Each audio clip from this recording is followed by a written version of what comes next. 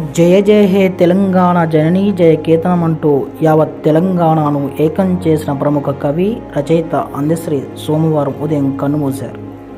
ఆయన ఇంట్లో ఒక్కసారిగా కుప్పకూలిపోవడంతో హుటాహుటిన గాంధీ ఆసుపత్రికి కుటుంబ సభ్యులు తరలించారు.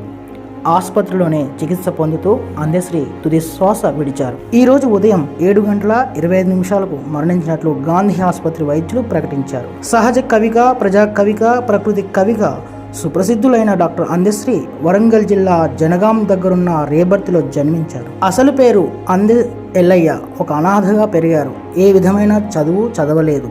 కానీ అద్భుతమైన సాహిత్యంతో పాటలు రాసి తెలంగాణ ఉద్యమాన్ని ఉర్రూతొలగించారు. తెలంగాణ రాష్ట్ర గీతం జయ జయ హే తెలంగాణ జననీ జయ కేతనం పాటను రాసింది ఆయనే. అలాగే మాయమైపోతున్నాడమ్మా మనిషన్నవాడు అంటూ మానవత్వాన్ని తట్టిలేపారు.